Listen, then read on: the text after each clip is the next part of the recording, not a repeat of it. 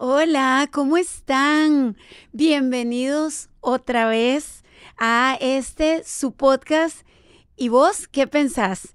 Esta noche vamos a estar conversando de un tema que es, desgraciadamente, algo que nos afecta a todos y sin embargo lo vemos desde muy lejos y tratamos de involucrarnos lo menos posible. Sin embargo, cada día nuestros chicos, nuestros jóvenes sufren desgraciadamente este cáncer porque es un cáncer de la sociedad que va extendiendo sus tentáculos y va afectando cada vez más a más niños, a la vista y paciencia tanto de nosotros como de maestros, como de familiares, etc.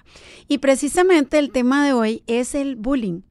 Para eso tengo un invitado súper especial que no solamente es una persona que ha tenido que lidiar con esta situación muchos años de su vida, sino que también tiene el tema tremendamente conocido. Y además tengo el orgullo de decir que es mi primo. Así es que bueno, quiero presentarles a Andrés Méndez. Mucho gusto, Silvita. ¿Cómo estás? Aquí todo bien, gracias a Qué Dios. bueno, muchas gracias por venir. Andrés viene desde San Carlos, así es que hoy fue todo un tema, ¿verdad? Pero aquí lo tenemos. Aquí estamos, sí, gracias a Dios. No, y a usted por la invitación en general. No, un placer, de verdad. Sí, es un tema bonito y creo que al final, si esto puede ayudar a una sola persona, pues es suficiente. Ese es el objetivo. El objetivo es generar esa conciencia porque muchas veces lo vemos, lo palpamos y no hacemos nada. Sí, correcto. Y definitivamente permitir o ser espectador y no mover ni un dedo es volverse cómplice de una injusticia. Y además es algo que pues, se carga con los años, ¿verdad? Definitivamente. Que lo diga yo, efectivamente. Así es que bueno, yo tengo que contarles que Andresito, yo le sigo diciendo Andresito, cuando estaba muy bebé tuvo una circunstancia en el nacimiento que Andrés, vos sabes que yo no recuerdo muy bien cuál fue la situación, pero sí me acuerdo porque Andrés estaba en el hospital, pero la mamá se quedaba en la casa. Entonces, como que viví muy de cerca esa situación, pero yo estaba muy pequeñita. Entonces, contame un poquito de lo que vos tenés, de lo que te contaron, porque estabas muy pequeñito, en realidad. Sí, bueno, creo, si no me equivoco, que a los 15 días aproximadamente tuve una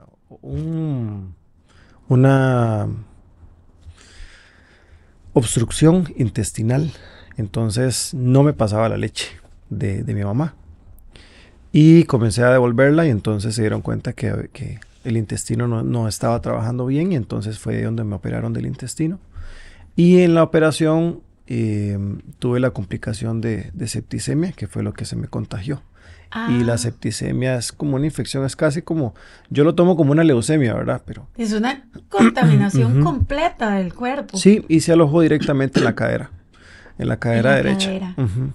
Entonces, y con 15 días de nacido ya había que operarlo tan chiquitito y ahí la cadera propiamente fue la que se afectó un poquito más, ¿verdad? Yo recuerdo que te ponían un pañal durísimo, me acuerdo, me imagino yo que era para montar. Como un yeso seguramente. Era como una especie de yeso, pero tenías que estar permanentemente con esa cuestión ahí puesta. Aparte de que me imagino yo, y me imagino que tampoco lo recuerdas, pero que fue una situación para estar tan pequeñito, pues obviamente dolorosa. Evidentemente. Sí, en general, bueno, hace unos meses para acá tuve una conversación con mi papá y él me explicaba que normalmente a mí me manipulaban pequeñito, o sea, me alzaban y todo eso, propiamente nada más como para inyectarme, ¿verdad? O no te tocaban. No por el asunto de la fragilidad, ¿verdad? Que no están pequeños. Claro, claro. Y no, mi mamá también no tenía el acceso a alzarme o chinearme, entonces todo ese asunto cuando usted la enfermera lo levanta, lo toca, pero es para inyecciones, para medicamentos, ¿verdad? Otras cosas y chequeo. Eso generó en mí una carencia en la parte materna. Claro, que lo viví, el vínculo. Exactamente, que lo viví, digamos, y lo vivo todavía al día de hoy. Y ya con casi 40 años me ha tocado trabajarlo psicológicamente. Claro. Bueno, yo te cuento que yo me acuerdo cuando te sacaron del hospital tenías unos 4 meses, no me acuerdo, estabas por ahí. Correcto. Y me acuerdo que te dejaron, siempre lo cuento eso porque me hace mucha gracia, me dejaron cuidándote porque tu mamá y mi mamá iban a ir a hacer unos mandados. Y yo me acuerdo que a mí me explicaron cómo alzarte con ese pañal y toda la cosa, pero lloró 6 horas. Yo me acuerdo, yo no sabía cómo ponerlo, si de cabeza, de lado, de costado. Lloró las 6 horas. Cuando llegaron ellas dos, yo sudaba chorros, no paraba de llorar. Y me imagino que también de lo mismo, de la falta de la costumbre tal vez, de que te estuvieran alzando. Bueno, desconozco. Sí, en general, parte de algunas marcas del cuerpo y lo que normalmente me dicen es que pues se me inyectaba demasiado. Entonces, qué pecadito, los brazos, imagínate. la cabeza estaba llena de agujas, ¿verdad? Propiamente para buscar vías para poder poner los antibióticos. Sí, correcto. Me imagino que fueron miles de antibióticos. Mira, en esas épocas, pues la tecnología no era la que es ahora, ¿verdad? En el 85. Entonces estamos hablando que ya había que correr para allá y para acá, ¿verdad? Y se hacía lo que se podía, ¿verdad? Tal vez 4 o 5 inyecciones eran ahora lo que se hace en una sola píldora, ¿verdad? Pero pues en este caso era algo distinto y cuando se tiene un ser tan pequeñito se hace todo lo posible por salvarle la vida, ¿verdad? Estamos hablando de... Sí, estabas chiquititito. De meses y eso ahí hace una variante bastante grande. Ok, contame, vamos a avanzar un poquito más en el tiempo. ¿Cómo fue tu infancia, chiquitito? Digamos, ¿cómo fue esa parte, ese proceso? Porque tuviste secuelas a partir de eso. Más bien, vamos a devolvernos un poquito. A partir de todo ese panorama que nos contaste, ¿cuáles fueron las secuelas que tuviste, digamos, a partir de toda esa septicemia y de todo ese problema que tuviste en la cadera? Bueno, actualmente, porque desde esa época ahora, renqueo, tengo 10 centímetros de diferencia en una pierna con respecto a la otra. Sí, eso lo que hizo fue que yo normalmente al caminar, como es una distancia tan grande, aunque use zapato tacón, ahora uso plataforma interna, entonces no se nota, pero hizo que mi pierna izquierda, que es la pierna que no ha tenido sufrimiento, se desarrollara más muscularmente y la derecha como que la columpia uno, porque realmente no la pone. No, exacto. Entonces se hace más delgada, ¿verdad? Propiamente. Entonces prácticamente, digamos, en las secuelas, sí, al día de hoy mi padecimiento es luxación de cadera porque está como desmontada, está fuera de lugar. Totalmente, sí, porque además tenés un desequilibrio correcto. en el esqueleto. Y bueno, la espalda torcida, ¿verdad? Propiamente. Y al día de hoy tengo más desgaste de cadera izquierda que derecha. Claro. Quiere decir que la pierna que me sostiene me causa más dolor que la derecha. Ok, y me imagino que sí tenés dolores igualmente por la misma situación. Sí, digamos, normalmente vamos a ver, uno no se medica propiamente para el dolor, sino que uno lo que hace es tratar de buscar algún complemento natural, vitamina B12, algún complejo que te genere o te ayude a producir un poquito más de colágeno, claro, ¿verdad? Para que haya una capita ahí que te ayude a generar. Y hay ciertos ejercicios que no se pueden hacer porque son extremadamente dolorosos. Me imagino. Sí. Ok, ahora sí, vamos de nuevo a la pregunta inicial. Evidentemente estabas muy chiquito, sin embargo, me imagino que fue todo un reto para vos caminar y posteriormente irte incorporando a esa vida de todos los chiquitos, de ir al kinder, de ir a la escuela. Me imagino que tenés un recuerdo vago de muy bebé, digamos, de chiquito, de todo ese proceso de aprender a caminar. ¿Tenés una idea de más o menos a qué edad empezaste a caminar? Sí, a los 3 años comencé a caminar. A los 3 añitos. 3 años y medio, correcto. Ok. Obviamente me imagino que fue todo un reto. Sí. Mi hermana mayor me decía que ella andaba tras mío, ¿verdad? Mi hermana mayor es 4 años mayor que yo. Y en ese entonces ella tenía 7 años. Sí. Y me dijo que ella era tu muleta. Sí, ella me dijo, mi trabajo era que usted no se golpeara. Me ¿verdad? imagino.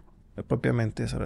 Me lo dijo llorando, ¿verdad? Porque Claro. a ella le costaba comentarme un poquito de eso por el proceso que tal vez vivo actualmente, ¿verdad? Que ya, pues eso trae una secuela ya siendo un adulto y entonces ella me comentaba eso y me decía, mi trabajo siempre fue, y uno siente la responsabilidad como hermano mayor de cuidar a los que están hacia atrás. Claro, por Los más supuesto. pequeñitos. Oíme, la vámonos ya, digamos, a esa parte de primer grado, ¿verdad? De la escuela.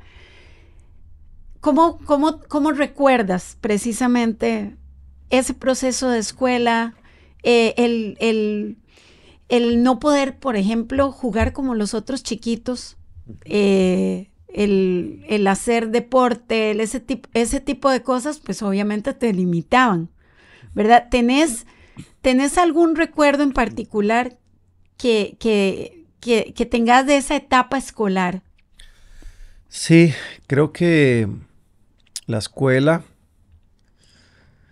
siempre se viven cosas bonitas, pero cuando se tiene una discapacidad, en esa época, estamos hablando de 1990-91, que estaba yo en primer grado, no existía el bullying, ¿verdad? Bueno, se llamaba diferente, digamos. Era un nombre diferente, pero me joden mucho, era lo que decía uno. Los chiquillos me joden mucho, me molestan mucho en la escuela. Sí recuerdo muchas veces, porque no fue una sola vez. Uno como niño, normalmente los hombres somos más de jugar bola, entonces sí recuerdo mucho que cuando íbamos a jugar bola en las mejengas de niño, y siempre los dos más buenos escogían el resto, ¿verdad? Entonces usted sí, usted no, usted viene para mi equipo, usted no. Y yo recuerdo muchas veces que se me dejaba de último y me decían, ya está completo los equipos, usted vaya siéntese o vaya a hacer otra cosa. Claro. Y eso en general... y era una discriminación total. No solamente es discriminación, es que el niño que vive eso, en mi caso, yo recuerdo todavía con dolor, porque te están dejando a un lado en algo que quieres hacer, que tal vez ves que es algo inofensivo, y simple y sencillamente se te deja a un lado y no es un asunto de un día, es que eso te pasó en primer grado, en segundo, claro, en tercero, en cuarto y en sexto, son 6 años seguidos de vivir eso. Exacto. En múltiples ocasiones, te pasan básquet, te pasan fútbol, te pasan voleibol, en todo. Claro, y es que mira, vos sabes que yo recuerdo también, y me hace mucha gracia, porque incluso sin tener una discapacidad, ¿verdad? Por ejemplo, en mi caso, yo era de las artes, entonces era la que pintaba, la que metían en los concursos literarios, pero para el deporte soy pésima. Reconozco mis debilidades, o sea, soy zurda, pero tengo 2 patas izquierdas, te lo juro, o sea. Y me acuerdo que los populares eran los que jugaban, eran los deportistas. Entonces, obviamente, se discriminaba por el hecho de el que jugaba más, o el que era más bueno en fútbol, o el que era más bueno en básquet, y pues con muchísimo más razón. En el caso tuyo, que obviamente tenías una discapacidad. Tengo una curiosidad que me llama mucho la atención y ¿sentías algún apoyo por parte de las maestras en cuanto a como a concientizar a los otros compañeros? No. Nada. No, en esa época no. Por eso le digo yo, digamos, ahorita que yo tengo hijas, tal vez siento un poquito la diferencia entre un asunto educacional a lo que yo viví en su momento, ¿verdad? Claro. A mí no me lo contaron, yo lo viví.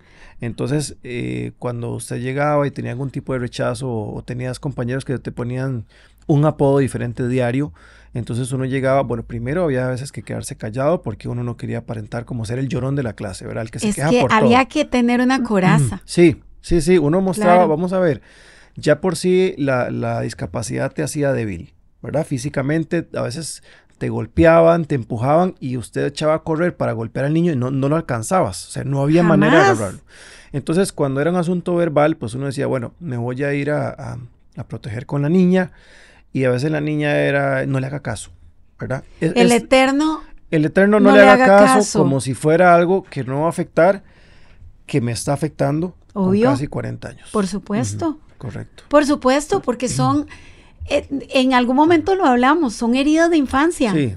O sea, te marcan para toda la vida, están generando un carácter de defensa que vivís eternamente esperando el golpe, el sobrenombre, el empujón, la grosería y pues ¿quién va a querer ir a la escuela así? Sí, y vamos a ver, uno se termina aislando de la sociedad, ¿verdad? Te aíslas totalmente. Sí, porque los amigos que un día te apoyan, el otro día se están burlando de usted, entonces ya no tenés confianza en nadie más que en usted mismo, ¿verdad? Es un arma de dos filos porque al final te vuelve muy independiente en ciertas cosas. Claro.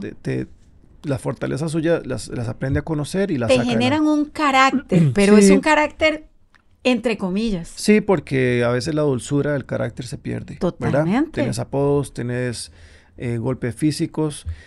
Al final los emocionales son los que permanecen. Son los que se llevan. Son los que se llevan y los que al final se van escribiendo en una factura que hay que pagarla en algún momento en la vida y la estoy pagando yo con casi 40. Por supuesto. Sí.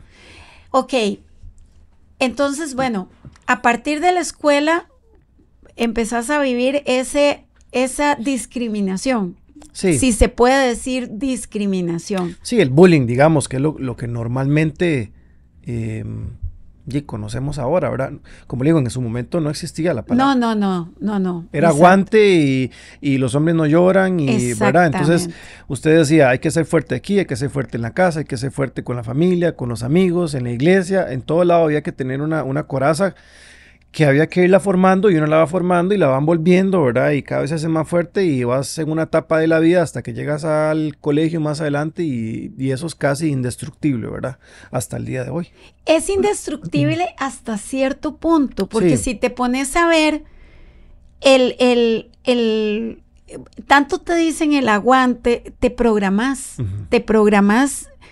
para vivir encerrado en esa cápsula indestructible, pero por dentro tenés un dolor inmenso y obviamente como un resentimiento contra la sociedad porque la gente que debería de entender no entiende. Los niños no perdonan. Sí, los chiquitos son demasiado crueles cuando quieren. Los niños son crueles. Totalmente. Y a veces siempre se dice, los niños no mienten. No, olvídate. Pero ellos no están programados y vamos a ser francos, digamos, yo tengo mis hijas y las he tratado de enseñar en la parte de lo que es el mundo de la discapacidad. Y hay cosas que a veces usted las ve y uno mismo se asusta, ¿verdad? O sea, hay ciertas cosas que uno dice, Dios mío, ¿cómo le explico esto a mi hija? Pero hay papás que efectivamente, digamos, ni lo mínimo, ¿verdad? No, es que precisamente eso te iba a comentar. Muchas veces el papá patrocina la burla y hasta termina burlándose. Yo recuerdo en algún momento un compañero incluso un sobrinito mío, que el chiquito creo que debe tener un Asperger o una situación así, un autismo, y literalmente la mamá compraba a los amigos. A ese chiquito, cuando a los demás les daban 2,000 colones para comprar cosas en el recreo, a ese chiquito le daban 20,000, hasta 50,000 colones para que invitara a los compañeros para que tuviera compañía. Esa no es la solución. No. O sea, al final de cuentas, uno como papá, patrocinar la burla, o sea, definitivamente todo empieza desde la casa. Todo empieza desde la casa y hay un panorama que yo también quiero comentar y es lo que yo viví desde mi casa. Porque, vamos a ver, mis papás nadie tiene el manual para ser papá y menos el manual para un niño que se tiene que criar con una discapacidad diferente, ¿verdad? Porque ahora... Y con hermanitos que eran sanos, digamos, correcto, que no tenían ningún inconveniente. Correcto. Entonces... el papá tiene que cuidar de no ser sobreprotector, ¿verdad? Porque le estás haciendo mal. No puede ser un papá flojo porque ocupa la misma educación de los otros niños. Tiene que empoderarte también. Sí, y a veces en el cuidado de no le pase algo, si te pase, que no te pase, qué te dejo hacer, qué no te dejo hacer, ¿verdad?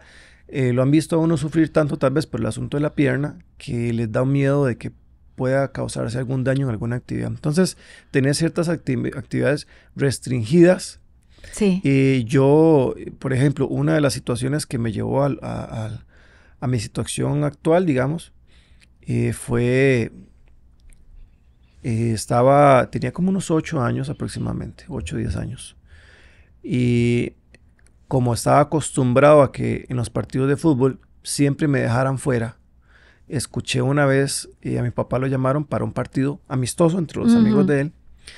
Y en ese entonces yo escuché, estaba atrás de la puerta, que le dijeron, llame a su hijo mayor, ¿verdad? Porque yo tengo un hermano menor. Llame a su hijo mayor y invítelo, llévelo, porque nos hace falta gente en la mejenga. Y yo recuerdo que mi papá, que como le digo, hace como unos 2 meses y medio, yo pude aclarar esa situación. Mi papá dijo, no, es que él no juega. Él lo hizo para cuidarme a mí. Exactamente. ¿Verdad? Sí. Pero cuando usted tiene un niño que está acostumbrado a recibir rechazo desde primero, segundo, tercero, cuarto, quinto, y escuchas a tu propio padre decir, él no juega, cuando mi papá no me preguntó, no me dijo absolutamente nada, y mi papá lo que dijo fue, le puedo llevar al niño menor, y yo dije, si están invitando a uno más pequeñito, ¿por qué a mí no? Y claro. Yo recuerdo que desde esa época... ¿Qué edad tenías? Mira, estaba entre 8 o 10, creo que por ahí unos 10 años tal vez, pero claro. sí puedo decirte que yo desde ese día en adelante dije, yo no cuento con mi papá. No cuento, ¿te resentiste? Sí, pero de por vida. Yo no cuento con mi mamá, no cuento con mis hermanas. Y yo dije, si yo no cuento con mi propia familia, yo no cuento con nadie en esta vida. Y desde ahí yo, digamos, tengo como conciencia de que mi caparazón comenzó a construirse. Totalmente. Entonces, cuando yo sufría algún problema en la escuela, yo ni siquiera le decía a mis papás. Porque yo decía, yo tengo que ver cómo lo soluciono yo. ¿Cómo lo aguanto yo? Claro, ¿verdad? Claro. Y esa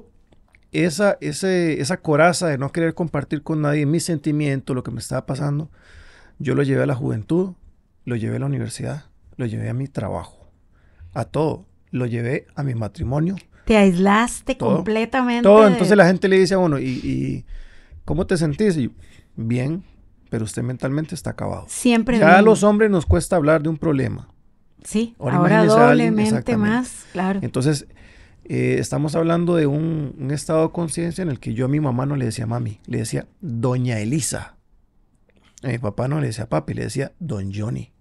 Y yo con mi papá no hablo. Porque en mi mente yo decía, es que no me interesa hablar. ¿Por qué? Yo no cuento con el apoyo de ellos. ¿Para qué? Claro, porque esa fue la percepción que tuviste estando chiquitito. Sí. Y obviamente, pues, te lo trajiste y entonces, eternamente. Yo en las fiestas de la familia siempre estuve aparte. Yo agarraba un plato del arroz con pollo que íbamos a comer y yo me sentaba por allá. A mí no me interesa hablar con nadie ni nada. Yo soluciono aquí las cosas solo. Entiendo. Y evitaba mucho. Comencé a evitar aglomeraciones de gente porque me aislaba. Entonces me daba cierta ansiedad. Me quería ir. Huía a ciertas cosas. En el caso de las fiestas, como le digo, no me gustaba que me tomaran fotos, nada. Siempre es como una coraza que uno va creando, un montón de acciones diferentes, ¿verdad? Y tanto así que uno, igual al nivel universitario, para hacer un trabajo siempre buscas hacerlo solo, nada hacerlo por grupo. Ok, ¿te sentías, o sea, te autoaislabas siento yo que tal vez de alguna manera, para evitar el sufrimiento de sentir ese rechazo? Es que se lleva mucho rechazo continuo, porque a veces es cierto. Tenés amigos y después te estás dando cuenta que esos mismos amigos se están burlando de usted. O me pasaba situaciones en las que a veces había que interactuar y te veían y una vez decía, muchacho, ¿qué le pasó en la pierna? Y entonces ese hecho de una regresión, de estar dando explicaciones de qué le pasó, de que, ay, pobrecito, o sea, te va matando. Sí, porque el eterno pobrecito es un dicho muy tico. Y desgraciadamente yo se lo digo mucho a mi mamá, porque mami lo dice, pero lo dice como por una muletilla. Entonces ella dice, ay, sí, pobrecito. Y yo, no, ma, no es pobrecito. O sea, es una circunstancia, es una situación. Una situación que no lo determina uno. Al final, dando un paralelo, digamos, al tema, es que usted no necesita ni siquiera que le diga ni pobrecito, no. ni renco, ni nada. Es que usted con una mirada, digamos, con una mirada, te jodes. Usted de niño, para que usted tenga una idea, cuando vamos a cruzar la calle, usted se fija para arriba y para abajo para que no vengan carros. En mi caso, yo salía del portón de la casa, bueno, en ese entonces no había un portón como el que hay ahora, pero yo veía para abajo y para arriba para que no me vieran caminar. Y así eran los recreos. Yo salía del aula y volvía para arriba y para abajo. Y a veces me iba caminando por la pared despacito para que no me vieran renquear, porque una mirada te mata. Usted le ocupaba que otro chiquillo que era de otra sección, que también no te conocía, te dijera cualquier apodo. Es que son las miradas las que uno lo destruyen. Y le puedo decir que hasta la juventud, digamos, antes de los 20 años, era difícil para mí caminar. Andy, pero es que igualmente siento yo que se genera una hipersensibilidad a lo que para los demás es normal, porque, por ejemplo, el etiquetar a la gente o calificar a la gente de cierta manera, sacar el hecho de una discapacidad, sacar el tema de llamar al gordo, al gordito gordo, a la alta jirafa, a la que, no sé, a la que no es tan bonita, el monstruito, cuatro ojos. O sea, hay 10,000 maneras de calificar a la gente y la gente cree que uno disfruta con el sobrenombre y de ninguna manera. Vos puedes reírte y hacer el payaso y para que no vean, pero por dentro eso está carcomiendo y está hiriendo. Sí. Entonces, evidentemente es una cuestión que en tu caso fue algo recurrente durante muchísimos años. O sea, de verdad, como vos lo decís, estabas acostumbrado a recibir el rechazo. Sí, sí, es algo complicado, es algo duro. Hoy en día usted tiene cámaras por todo lado. Creo que estos meses para atrás han salido muchos casos de bullying, que en un bus, que en una cosa, que en el aula, que en otra. Exacto. Mira, yo cuando veo ese tipo de noticias, no sé ni cuántos sentimientos pasan por mi cabeza porque yo los viví y los viví de maneras distintas, de maneras similares. No habían cámaras, no había quien te defendiera, no había y había mucho espectador que se quedó callado. No, y efectivamente, digamos, vamos a ver, es que usted si tiene una situación de bullying con una cámara que te graben y puedes demostrar el hecho. Estamos hablando de alguien que duró 12 años entre el colegio y la escuela llevando palo parejo, ¿verdad? ¿Cómo fue el colegio?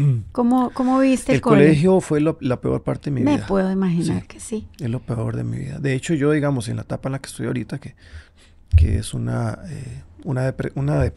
depresión por una regresión a la niñez, estoy superando la niñez y no he tocado todavía la juventud. Decime una cosa, ¿ese diagnóstico te lo dio un especialista o...? Sí, efectivamente, digamos, estoy llevando ayuda psicológica con un psicólogo de la empresa. Ya he tenido como unas 6, 7 citas aproximadamente desde el 2 de junio, que fue el evento más fuerte.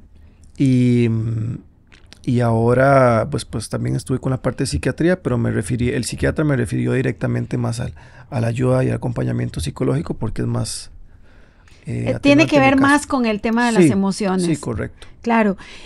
Contame, yo sé que es un tema medio duro de recordar, porque evidentemente es complicado. En el colegio se vive esa etapa de la adolescencia donde es tan importante pertenecer. Sí. Y uno justamente trata de hacer todo para pertenecer y ser aceptado porque está construyendo el carácter. Pero en tu caso ya venías arrastrando un montón de rechazo y muchísimo más a la hora de esos cambios hormonales que se multiplican por 1000. Me imagino que fue tremendamente duro. El colegio... creo que tal vez 1 o 2 años pude disfrutarlos un poco.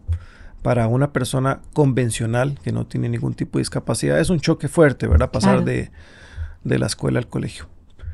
Pero en el caso de uno es una pesadilla viviente, ¿verdad? Porque estás tan acostumbrado, incluso tenés un golpe muy fuerte porque pasas de sexto, donde estás acostumbrado a ser el mamulón, y llegas a un grado en el que sos el menor. Y entonces...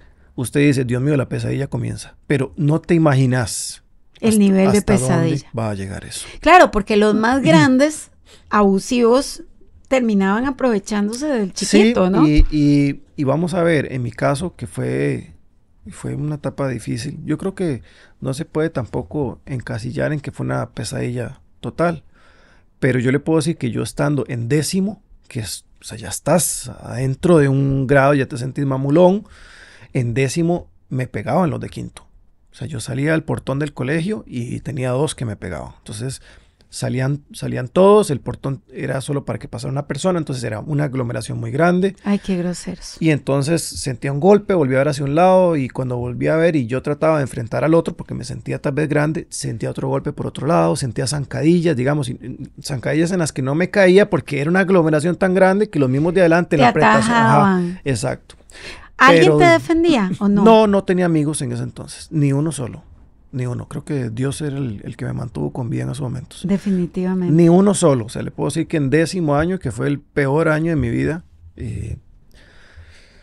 sí la pasé bastante mal. Porque en el aula me tocó con gente sumamente burlista, en apodos. A veces no decías nada, te quedabas callado y entonces el guardar silencio era como, ¿qué? No me va a decir nada, ¿verdad? Entonces me buscaban peleas dentro del aula, me buscaban peleas cuando salía del aula, me buscaban peleas fuera de los que no estaban en mi propio grado y entonces, y la pasé mal. O sea, fue tanto así que en 10º había pasado todas las materias tan difíciles, digamos química, física, mate, psicología y decidí quedarme.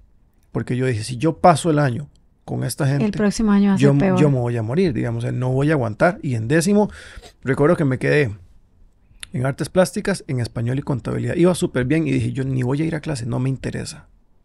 Sí, sencillo. Wow, es impresionante. Andy, en realidad, solo el que lo vive lo puede transmitir como es, definitivo. Sí. Porque parece mentira y a este punto quería llegar.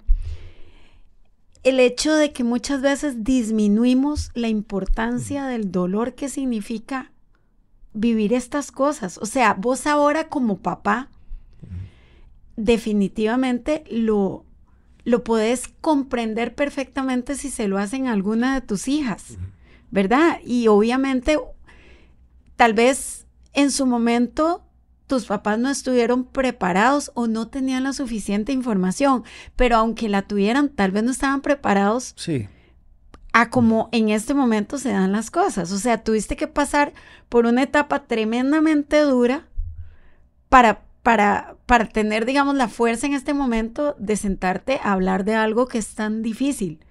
Porque yo te puedo decir una cosa, y ahora yo lo digo, por muchos años lo dije con burla, pero en realidad ahí empieza el tema.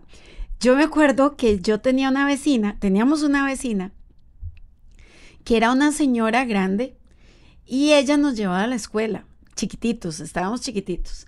Macho, mi hermano, le decimos Macho porque es el rubio de ojitos verdes, era un muñeco completo con camanancitos, pelitos rizos, era un muñeco. Y yo era X, yo era normal, era normal. Entonces la señora me echaba atrás y a Macho lo echaba adelante, ¿verdad?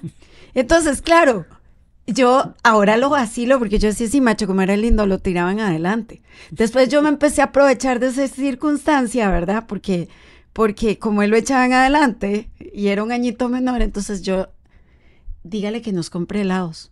Entonces yo era la mente criminal y la doñilla vivía enamorada de Macho. Pero esa discriminación, tal vez en este momento, digamos que analizándola, de alguna manera me tuvo que haber afectado en pensar que yo era menos porque no era rubia y no tenía ojos verdes, ¿verdad? Entonces, súmale 3 puntos al hecho de que tenés una situación que vos no escogiste, porque vos no escogiste que te diera una infección en la cadera, no escogiste estar en el hospital, no escogiste tener una diferencia en el tamaño de tus piernas y no escogiste ninguna de las circunstancias que te pasó.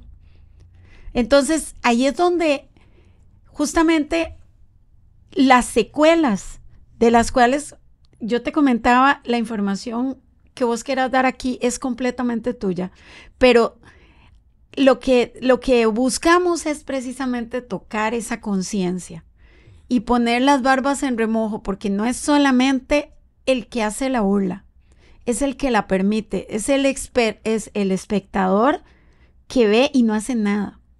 Es el que apoya con los sobrenombres, porque por ejemplo llega un chiquillo de la casa, dicen, ay, es que el gordo, o el dientón, o el cabezón, y uno como papá no dice, no, tiene un nombre, vos no puedes tratarlo de esa manera, estás permitiendo que ese niño construya una vida a partir del sufrimiento. Incluso a veces el propio papá, la propia mamá, a veces dicen como, es que usted salió igual a la mamá, tontitica.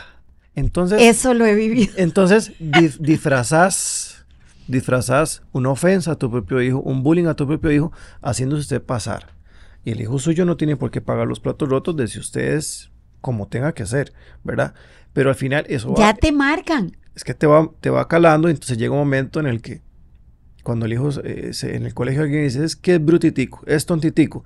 ¿No y te lo crees? Ni siquiera se siente mal porque está acostumbrado a que lo traten así en la casa, ¿verdad? Entonces, cuando no puede alcanzar algo, cuando al final la vida le presenta una situación y tiene que abandonarla o dejarla por un asunto más de ponerle bonito, ¿verdad? Las cosas, dice, es que de todo modo yo soy un tonto, yo soy un ignorante, yo soy un idiota, entonces no importa si dejo el trabajo botado, no importa si dejo el estudio botado, no importa, nada. Y así nos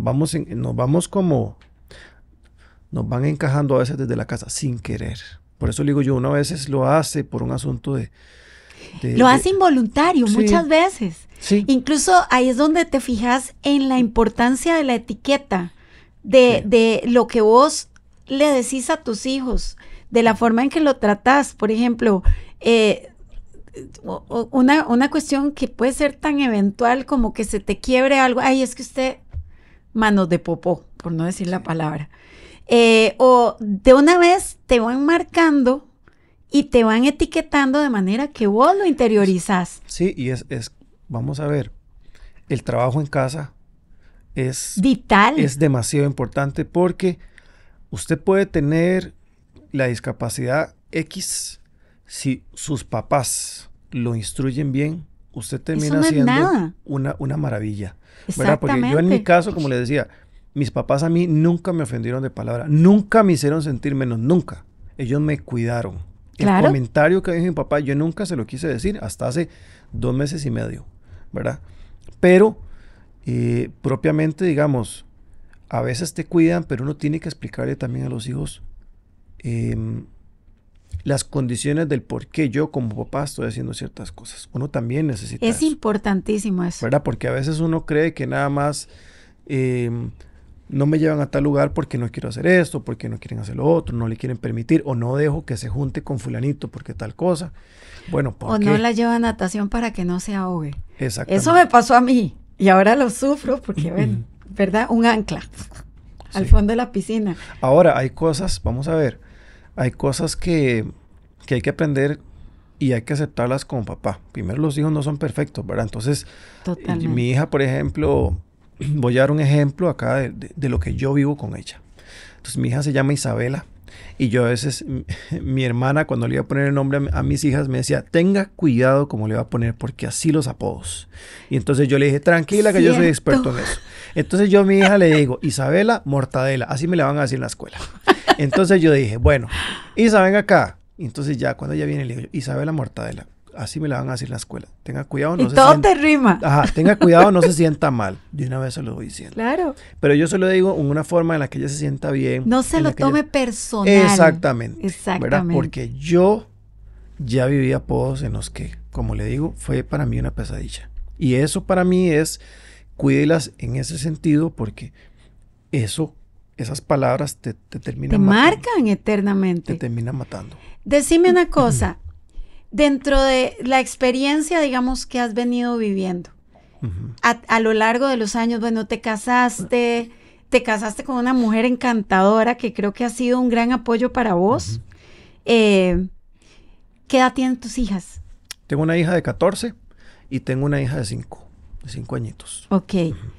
Entonces, realmente yo podría decir que Andrés es exitoso, porque logró conformar una familia donde tiene hijas que van creciendo con el ejemplo de un gran papá. Sin embargo, vos tenés arrastrando un montón de cosas atrás que en apariencia, porque cualquiera te ve y todo el mundo dice, o sea, este muchacho las tiene todas atrapadas. Sí, en general, le comento tal vez un poquito de las cosas, porque es importante esa introducción a lo que usted menciona. Y sí, tengo 2 hijas preciosas. Y una vive en Cartago, la otra sí vive conmigo. Y bueno, ya tengo 9 años de casado, bueno, 6 años de casado y 9 de estar compartir con mi esposa. Uno a veces, por la parte de la discapacidad, compensa otras cosas de la vida porque sabe que en lo físico no puede brillar, ¿verdad? Entonces, por ejemplo, a mí me encantan las motos y no me gustan las motos pequeñas, solo grandes. Sí.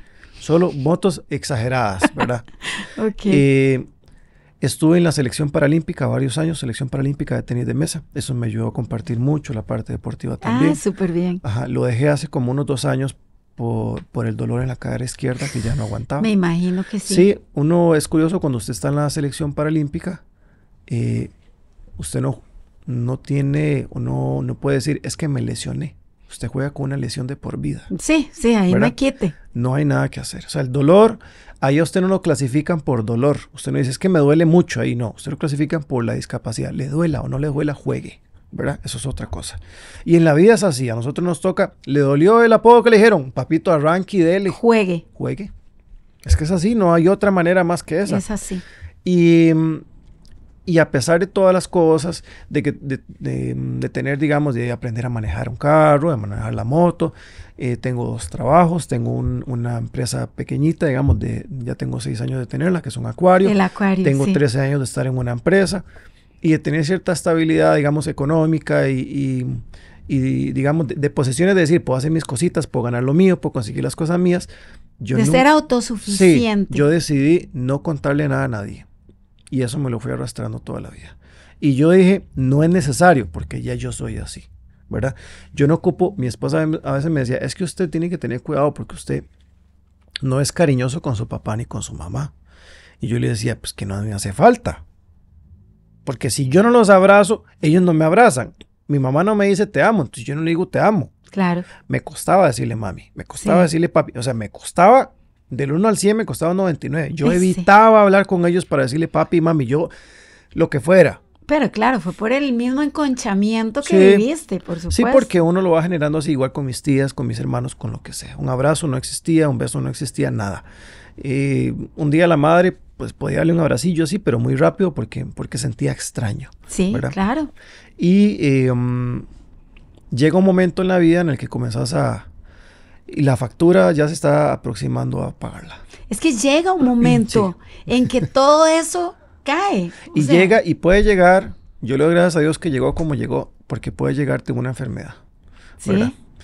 Y a mí me llegó con una depresión el 2 de junio, una regresión desde el día jueves anterior me venía sintiendo mal. Venía sintiendo que algo me pasaba. Yo quería hablar con mi papá. Tenía ya 4 días de estar intentando hablar con mi papá. Ajá. Sentía algo extraño dentro de mí que me decía, hable con su papá y le dice que usted tiene un resentimiento con él. O sea, comencé a sentirme mal. El negocio que yo atendía en la noche ya no lo quería abrir. Lo busqué 2, 3 veces y el día que buscaba a mi papá no estaba en la casa. Y comencé en eso, sumado a otras cosas, ¿verdad? Que son mínimas. O sea, el vasito se va llenando, el vasito ya está medio lleno, usted nada más le va metiendo, la vida te va metiendo cositas pequeñas. Que si discutiste con tu esposa, que si su hija se fue a vivir a Cartago a última hora, que si la pequeñita tiene algún problema, alguna alergia, alguna cosa, ahí vas. Y recuerdo que ese domingo... Lo que es una cotidianidad. Lo normal. Para una persona que entra en un proceso depresivo se hace un mundo. Sí. Pero lo mío, yo ya sentía, digamos, cierta regresión, pero no lo podía reconocer, ¿verdad? No sabía que la factura de la niñez y la juventud se me iba a cobrar en ese momento. Y recuerdo que ese domingo, si mal no me equivoco, 2 de junio, recibí 2 malas noticias. Una a las 7 de la mañana y una como a las 7 de la noche. Y cuando yo abrí los ojos estaba en un puente con 3 patrullas atrás. ¿No tuviste como conciencia de cuando te acercaste, digamos, a ese, o sea, simplemente llegaste y dijiste hasta aquí? Yo le mandé un mensaje a mi esposa porque ella sabía que yo estaba en el negocio y le puse, mi amor, no me siento bien, y ella sabía que yo estaba, que las noticias me habían afectado suficiente, Y le dije, no estoy bien. El negocio mío, que es un acuario, es mi lugar seguro. Y ahí estaba, pero no me sentía ni siquiera cómodo. Entonces le dije, no me siento bien, cuida a mis hijas. Claro, ahí le mandaste el mensaje. Ahí la aniquilé. Y bueno, por dicha que lo dijiste, porque hay un montón de gente que no avisa. Sí, yo en general, digamos, entré en un estado en el que nunca me había pasado. Pasé de una tristeza a una ansiedad terrible y de la ansiedad pasé a un estado depresivo. Es que esa es la depresión. Sí. Lo que estás describiendo es una depresión pura y... Sí, yo en general, digamos, en la depresión le perdí el miedo a las cosas. Entonces, totalmente. Yo lo que dije fue, yo no le tengo miedo ni a tirarme a un puente, ni a ahorcarme, ni a cortarme el cuello, nada. En este momento yo sé que de esas cosas, no importa lo que haga, no tengo miedo. Y más bien son un favor para mi esposa, para mis hijas, para mi papá y mi mamá. Sí, exacto. ¿Verdad? Sí, porque vos creíste más bien que era que le estabas haciendo un favor a ellas. Sí, y la gente le dice a uno, piensa en sus hijos. Y yo digo, es que estoy pensando en ellos, es un favor, exactamente. Claro. Exactamente. Y recuerdo que me fui a un puente pues, bastante famoso ahí en Ciudad Quesada, que es bastante alto, Puente La Vieja. Y el Puente de la Vieja. El Puente de la Vieja. Pucha, o sea, me fui en moto, sí. Sí, es bastante alto. Me fui en moto. Y recuerdo que estaba bastante nublado. Llegué al puente y le mandé una foto a mi esposa. Estaba un poco nublado, entonces no se veía bien el puente, pero se la mandé. Estabas completamente decidido. Sí, vieras que eso es escalonado, porque usted primero dice, me monto en la moto, segundo, voy a ir nada más. Y yo en tercer lugar lo que dije fue, solo déjeme caminar por la baranda. Y usted sabe que si camina por la baranda se tiró. Yo le tengo miedo a las alturas, pero de noche hacia abajo no se ve nada. Y yo dije, solo quiero caminar por la baranda. Siempre le he tenido pavor a esa baranda. Y ese día la vi anchísima. Ese lugar le tengo pánico yo.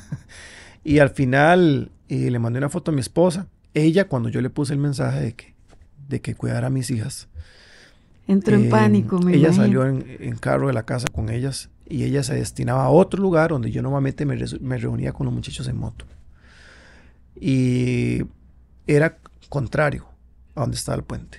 Cuando yo le mandé la foto, ella sabía que de ahí al puente no llegaba a tiempo. Solo que eso fue llamar a la policía. Ay, bueno, esa mujer es una genia. Sí, ella se adelantó y ella sabía que ella no llegaba por la patrulla así. Y bueno, Dios, que siempre nos sostiene en su voluntad, yo dije, voy a hacer algo antes de caminar por esa baranda. Y llamar a mi papá, porque necesito decirle algo que no le he dicho en todos estos años. Y lo llamé por teléfono y como todo papá, que a veces no sabe lo que pasa, porque nos acostumbramos a No, porque vos das una imagen de mucha fortaleza. Sí. Entonces uno piensa que todo está bien. Que todo está bien. Esas mismas palabras me dijo mi hermana. ¿Verdad? Sí, mi hermana mayor me dijo, yo lo dejé a usted cuando caminó pequeñito, yo lo solté y dije, él va solo. Y nunca me preocupé más por ver cómo estaba. Nunca me preocupé más por los golpes de la escuela, del colegio, nunca, siempre lo vi fuerte. Y ya mi papá me dijo, hágame el favor y deja esas ridiculez que tiene, ¿verdad? Y aquí tiene a su mamá preocupada, tiene a su esposa aquí en un estado que no está ni bien, sus hijas preocupadas, hágame el favor y deja esa carajada y se viene de una vez para acá. Ay. Y él no sabía dónde estaba yo. Él no sabía ni siquiera en qué estado estaba yo. Entonces yo le dije, ya termino de hablar para decirle algo. Yo le dije, ocupo decirle algo que usted no sabe. Él no sabía que en ese puente estaba yo a él, ahí por él, no por mi esposa. Ahí estaba yo por él. Uh-huh.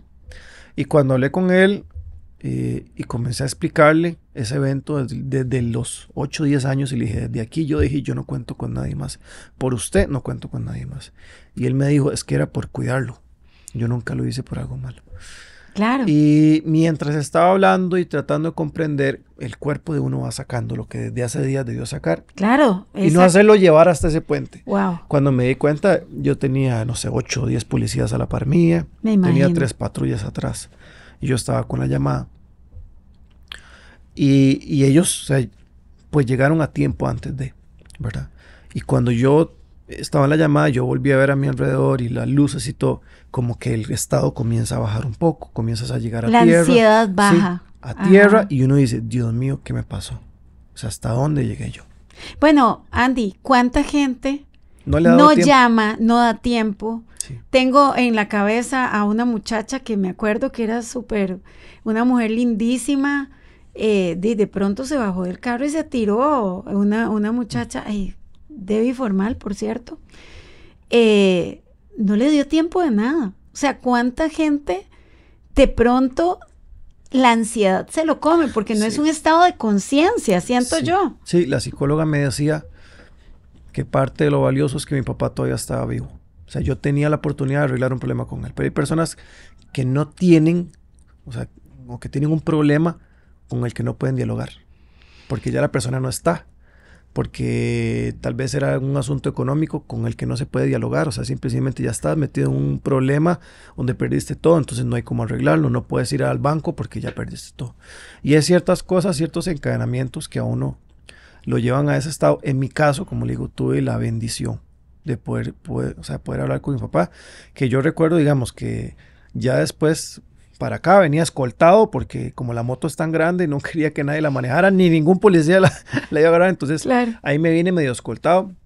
Pude hablar con mi papá, me dijo, venga, vamos a hablar usted y yo. Llegué a la casa, lo abracé y me tocó llorar mucho. Lloré una semana, todos los días, en la mañana y en la tarde. Pero estabas liberando toda esa presión y todo.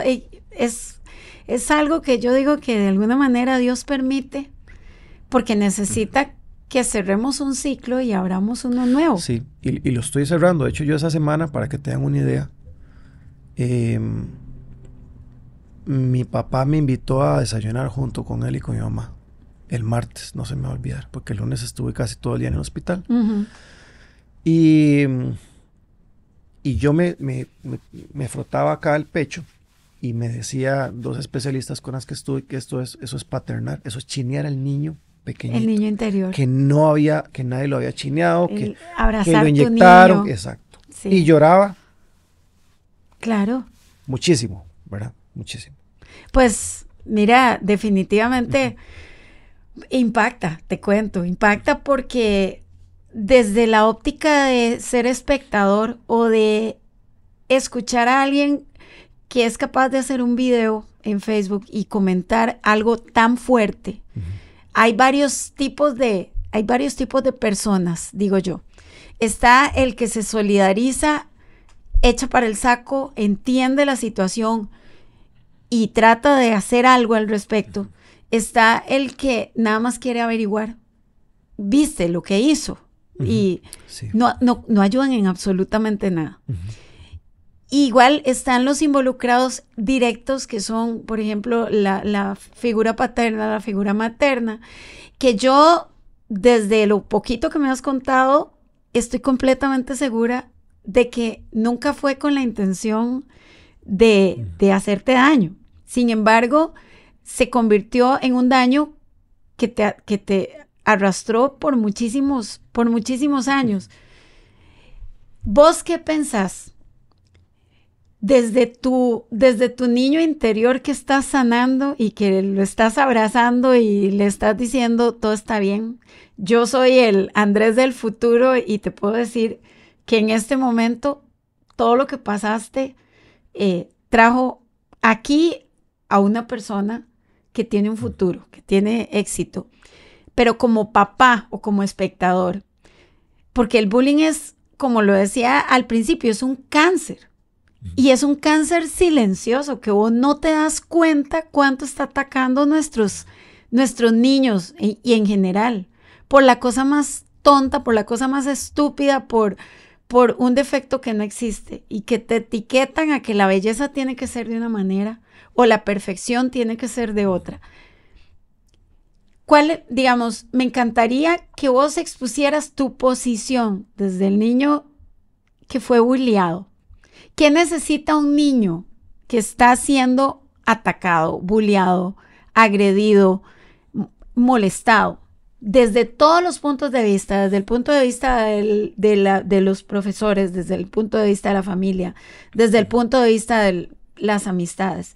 ¿Qué es lo que grita un niño agredido desde esa perspectiva? Mira, yo en todos los años que tengo nunca me he preguntado eso, pero siempre lo he tenido muy claro.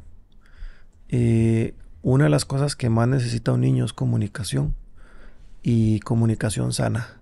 A veces un papá cuando llega a la escuela solo le dice a la maestra lo que el niño tiene, pero no le cuenta a los compañeritos cómo ayudar a ese niño dentro del aula, cómo ayudar a ese niño dentro de la escuela. Exacto. ¿Verdad? A veces simple y sencillamente se le dice a la maestra, por ejemplo, en el caso de mi hija que tiene dermatitis atópica, ella tiene una piel más reseca de lo normal y se rasca mucho. Mi hija es igual. Entonces, recuerdo que la niña me dijo hace como un mes, revisa a tu hija que tiene piojos. Revise la que tiene piojos. Imagínate. Revise la que tiene piojos, ¿verdad? Y yo decía, qué congoja, porque entonces lo que hacía era mandar un mensaje general al chat, ¿verdad? Revisemos a los niños porque parece que andan piojillos por ahí, y yo tuve que ir al aula, ¿verdad? Y mi hija comenzó a decirme, papá, no quiero ir. Y yo comencé a asimilar mi niñez, y yo dije, aquí falta algo. Entonces fui Bueno, donde es que la niña. tienes una visión más Sí. amplia. Y entonces fui donde la niña y le dije, venga acá, mi hija no tiene piojos. Necesito que la revises, si usted quiere conmigo, y si le encuentra algo, usted me llama a mí. Pero mi hija lo que tiene es dermatitis atópica. Ella toda la vida se va a rascar la cabeza. Y eso es algo que le heredó de la mamá. La vas a ver rascándose aquí, la cabeza. Los codillos, todo, sí. Todo. Ella se rasca todo. Y me dice, ya entendí. Sí, Y gracias. entonces, ya gracias a eso, mi hija ya quiere ir porque íbamos a cambiarla hasta de sección. Y en mi caso, digamos, a veces llegas a un aula donde nada más entraste y adivinen qué tengo yo. Ni yo sabía qué tenía yo. Uno no sabe ni cómo defenderse y los niños no saben ni cómo tratar a un niño que le falta un ojo, a un niño que le falta la mitad de los dientes, a un niño que tiene la boca torcida, a un niño que se le pega cuando va a hablar, que le cuesta, a un niño que no puede ver, a alguien que no puede hablar o a alguien que no puede escuchar. Y si el papá no es el medio de comunicación para que los demás lo ayuden, ¿y cómo el niño va a poder expresar eso? Entonces prácticamente la comunicación, todo comienza de la casa. Todo comienza desde la casa, incluso no solo del papá que tiene el niño con la situación particular, sino desde el papá que tiene un niño que va a compartir con niños que puedan Correcto. tener. O sea, en realidad la discapacidad es mental, Andy. Y Sí. no es del que tiene la diferencia, es de uno. Sí. Porque es dejarlos, o sea, uno se jacta mucho de que es muy buen papá porque lleva la comida a la casa, porque los lleva a natación, porque los lleva a fútbol, porque es un papá presente. Pero no es un papá que está educando, ¿verdad? O sea, no es un papá que le dice a un chiquito, cada persona tiene su belleza y hay que respetar la belleza de los demás, no importa si es diferente a lo que vos entendés como belleza. Por eso la más alta de la clase no es una jirafa, es una muchacha alta. O la niña que tiene anteojos porque tiene miopía y es una miopía altísima, no es una cuatro ojos. O el que tiene los dientillos demasiado grandes porque va a crecer y los dientes se le van a acomodar con el cuerpo, ¿verdad? O sea, hay un millón de cosas que los niños tienen que entender desde su perspectiva. ¿Cómo te sentirías vos si yo me burlara de vos enfrente de los demás? ¿Cómo te sentirías vos si yo te empujo, si yo te humillo, si yo te ofendo? O sea, en realidad el ser papá abarca mucho más que proveer, sí. ¿Verdad? Es la interacción que a algunos papás primero no les interesa tampoco, porque ahora es muy fácil ser papá, ¿verdad? Claro. Desde una reunión de padres te das cuenta que llegan, y no sé, te puedo decir que de 30 niños en la escuela llegan 20 y mamás. El papá no llega. O sea, si el papá dice, nunca está. Si el papá no está bien, sí está trabajando y todo, pero vas a ver que hay ciertas cosas que uno dice, bueno, y el resto de los papás, aquí son 30 niños, solo hay 20, otros llegaron tarde. Y entonces no se comprenden ciertas cosas, por ejemplo, cuento como ejemplo. Hace 15 días estuve en una reunión con mi hija, bueno, de mi hija en el materno, y nos contaban de una compañerita que tuvo una condición de vida en la que no le dieron mucha alimentación. Entonces nos decía la maestra que tuvieran paciencia con fulanita, porque esa niña, cuando se da cuenta, dice la niña, yo me doy vuelta y cuando vuelvo a ver, ella está sacando las galletas del bulto de los demás.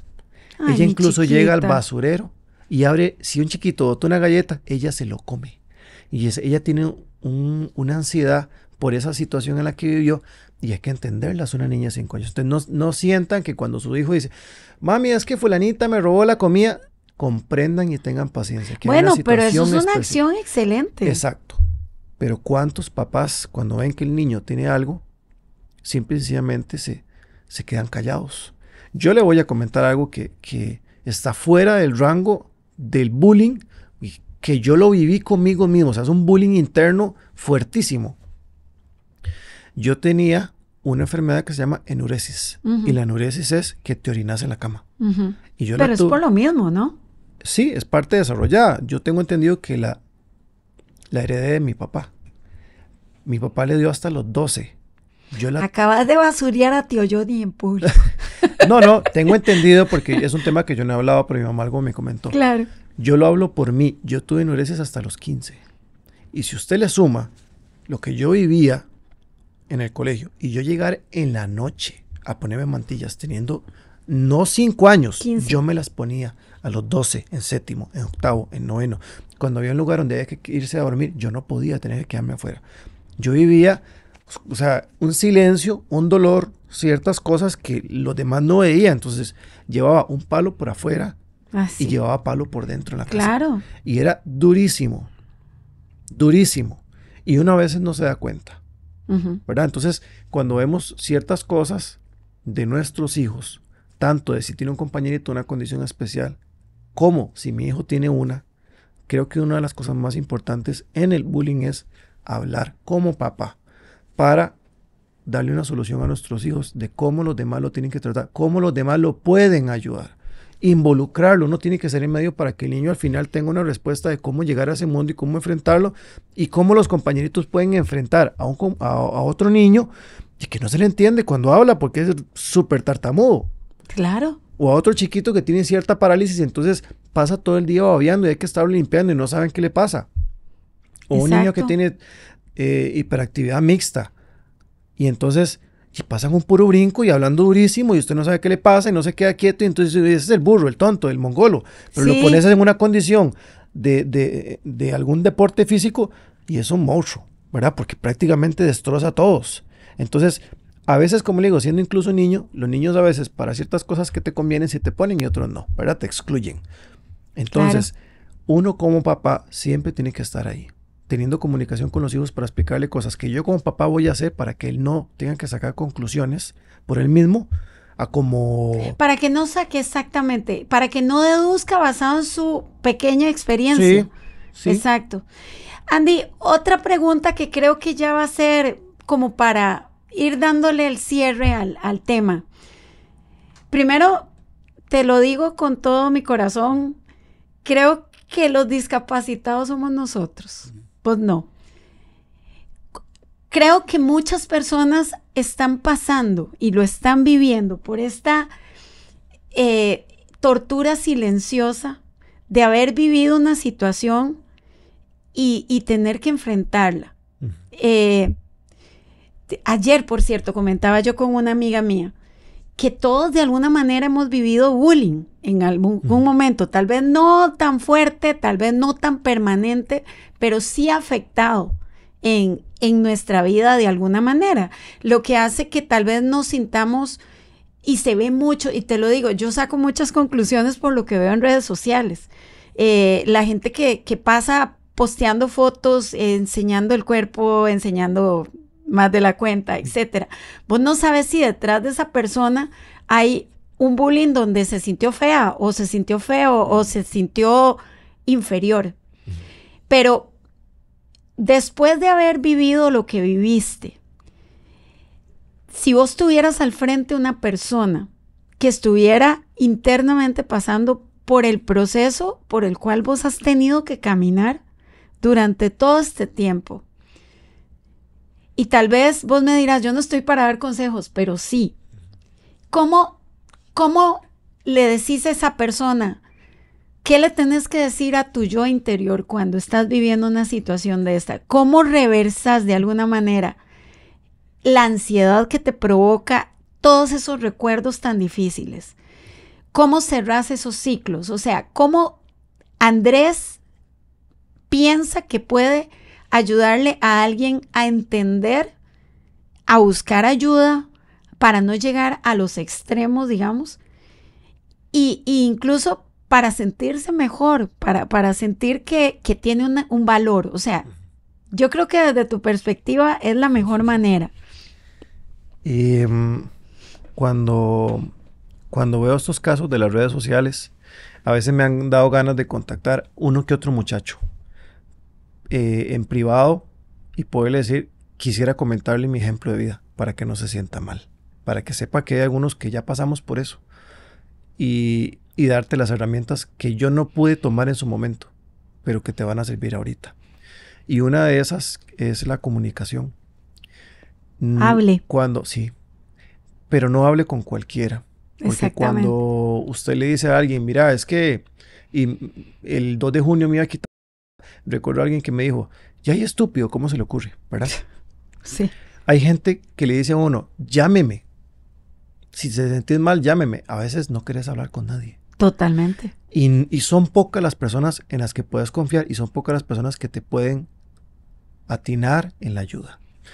Y creo que una de las cosas o uno de los secretos o algo en lo que yo tal vez podría recomendarle a un joven, un niño o una niña o una joven que está pasando por una condición diferente de bullying sería propiamente que busque a alguien con quien hablar.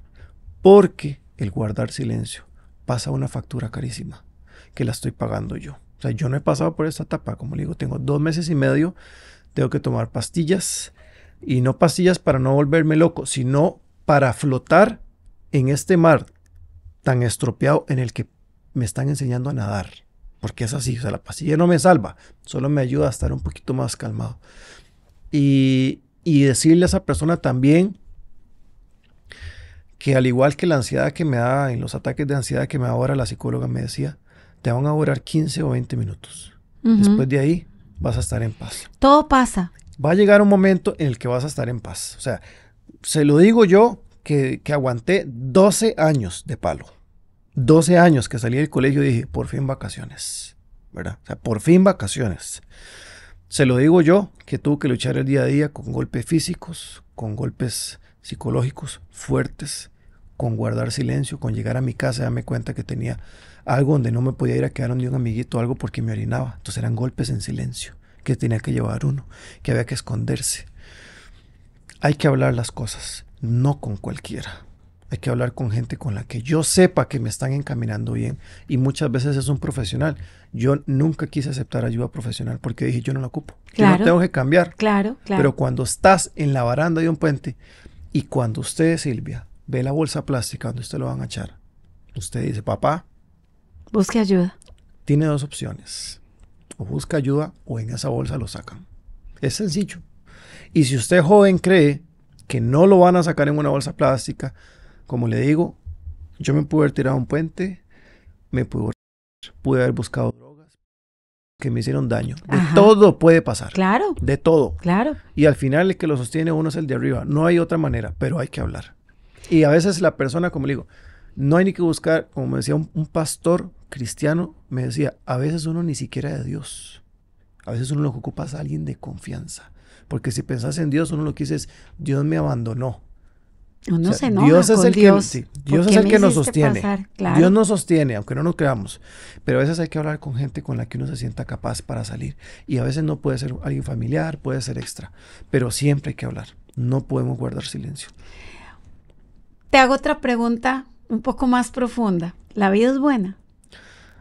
Yo le voy a contestar con una respuesta que la he analizado mucho. Los 2 mejores meses de mi vida, la mejor etapa de mi vida la he vivido desde el 2 de junio para acá. Y los 2 peores meses de mi vida los he vivido desde hace 2 meses para acá. Porque he aprendido a que hay una personalidad que yo todo este tiempo perdí por no hablar. Nunca quise aceptar que mi familia sí estaba ahí para ayudarme, que mi familia sí me ama, que mi esposa sí me ama. Por supuesto. Y entonces en estos 2 meses vivo un contraste de entender que desperdicié muchos años de abrazar a mi mamá. Te estás desdoblando. Sí, totalmente. Y me ha tocado. Claro. Y duele mucho saber el tiempo que uno perdió. Pregúnteme ahora. Beso a la mamá en la mañana, en la tarde, despedida. Beso a mi papá en la mañana, despedida. Abrazo. Decirle papi, decirle mami. Si me mandó un mensaje por WhatsApp, una imagen bonita, decirle mami cómo amaneció. Sentarme a desayunar con ellos después de más de 20 años de no desayunar juntos. Cuando no podía ni meterme un trago de nada porque el ataque de ansiedad, los brincos que me daban, no me permitían, digamos, porque no estaba acostumbrado a eso. Y mi cuerpo me decía, váyase, está acostumbrado a comer solo. La vida es hermosa. Andy, a veces hay que dejarse morir para volver a nacer. Y parece mentira que simbólicamente es dejar morir esa etapa que no la vamos a olvidar, porque es mentira. O sea, nadie olvida los malos tratos, nadie olvida el sufrimiento, nadie olvida el dolor de ese niño, ¿verdad? Nadie olvida nada de eso. Pero hay que dejar morir ese niño interior para poder renacer. Y creo que estás en ese proceso de parto. Sí, en general, yo siempre le dije a mi esposa y a la psicóloga también, que toda esta factura me lo hubiera cobrado o con un cáncer o con lo que me está pasando ahorita. Porque el cuerpo te lo tira como claro, sí. Te lo cobra. Entonces yo siempre les digo, esto es una enfermedad. Yo he aceptado que tengo una enfermedad terminal. Y yo tengo que entender que tengo que tratarme por vida. O sea, no es que yo hice 6 sesiones con el psicólogo y ya. No, yo tengo que entender que yo constantemente tengo que ir donde el psicólogo, aunque sea 2, cada 3, 4 meses, aunque me sienta bien, a desahogar. Totalmente. Venir a sentarme aquí, hablar por Facebook un ratito con los 200 amiguillos que tengo, hablar con el sonidista, con el productor, antes de eso, sentarme a hablar un rato. Eso es lo que yo no estaba acostumbrado a hacer. Es una tarea que me dejaron. Estás aprendiendo. Correcto. Estás aprendiendo. La psicóloga me dice que es desprogramar una personalidad y tomar otra. Y es desprogramar 39 años, sí. Andy. No es jugando. No es sencillo porque cuando decaes, mi forma de ser anterior sale y sale de malas. Entonces ella me dice, tenés que ir anotando en un celular, en un papel, cada punto de ebullición, cada punto donde sentás que estás explotando, porque hay que irlo deteriorando hasta que encuentres la respuesta y vas ahí poco a poco hasta que te das dando cuenta de que hay cositas que te enojaban y no, de esa personalidad vieja por cierta razón, y ahí lo vas llevando poco a poco. Bueno, pero yo te puedo decir, bueno, y yo no sé, me imagino que ustedes están igual de impactados. En realidad yo creo que no solo aplica para el tema del bullying, sino para la vida en general, porque todos llevamos el saco lleno de un montón de basura, de un montón de cosas que nos hacen daño y que normalmente estamos acostumbrados a callarlas, a guardárnoslas. Y definitivamente la zona segura está en esa gente que realmente nos quiere, que realmente quiere vernos bien, ¿verdad? Está en esa gente que estudió para eso y que sabe exactamente cómo guiarnos para poder salir de esto.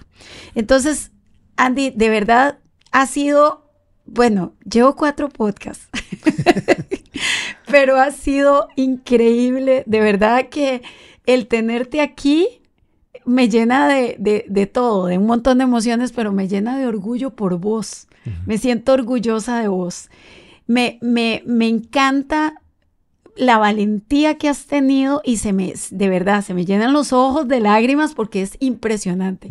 La valentía de enfrentarse a una debilidad que difícilmente se cuenta. Porque realmente vos no lo contás porque te hiere cada vez que lo cuentas. Y el tenerte aquí y el compartir, y realmente esperamos con el corazón que esto le haya tocado el corazón a más de uno. Les pido por favor que me ayuden a compartir este video. No porque quiera hacerme famosa en redes ni ¿cómo se llama? Influencer, como dicen ahora. Sino porque de verdad necesitamos generar esa conciencia. Y de verdad que hoy estoy segura que por lo menos tocamos un corazoncito. Sí. No lo dudo. Así es que, Andy, mil gracias. No, de gracias verdad. a usted más bien, Silvita. De verdad que lindísimo tenerte aquí. Tenía sin paja desde que lo chineé y se me puso a llorar 5 horas, que yo creo que te vi una vez si acaso. Sí. Y no nos volvemos a ver. Sí. Pero bueno, Les mando un grandísimo un abrazo. Les agradezco muchísimo su presencia en este podcast. Espero que lo hayan disfrutado tantísimo como nosotros. Y bueno, los espero el próximo miércoles en otra entrega más de ¿Y vos qué pensás?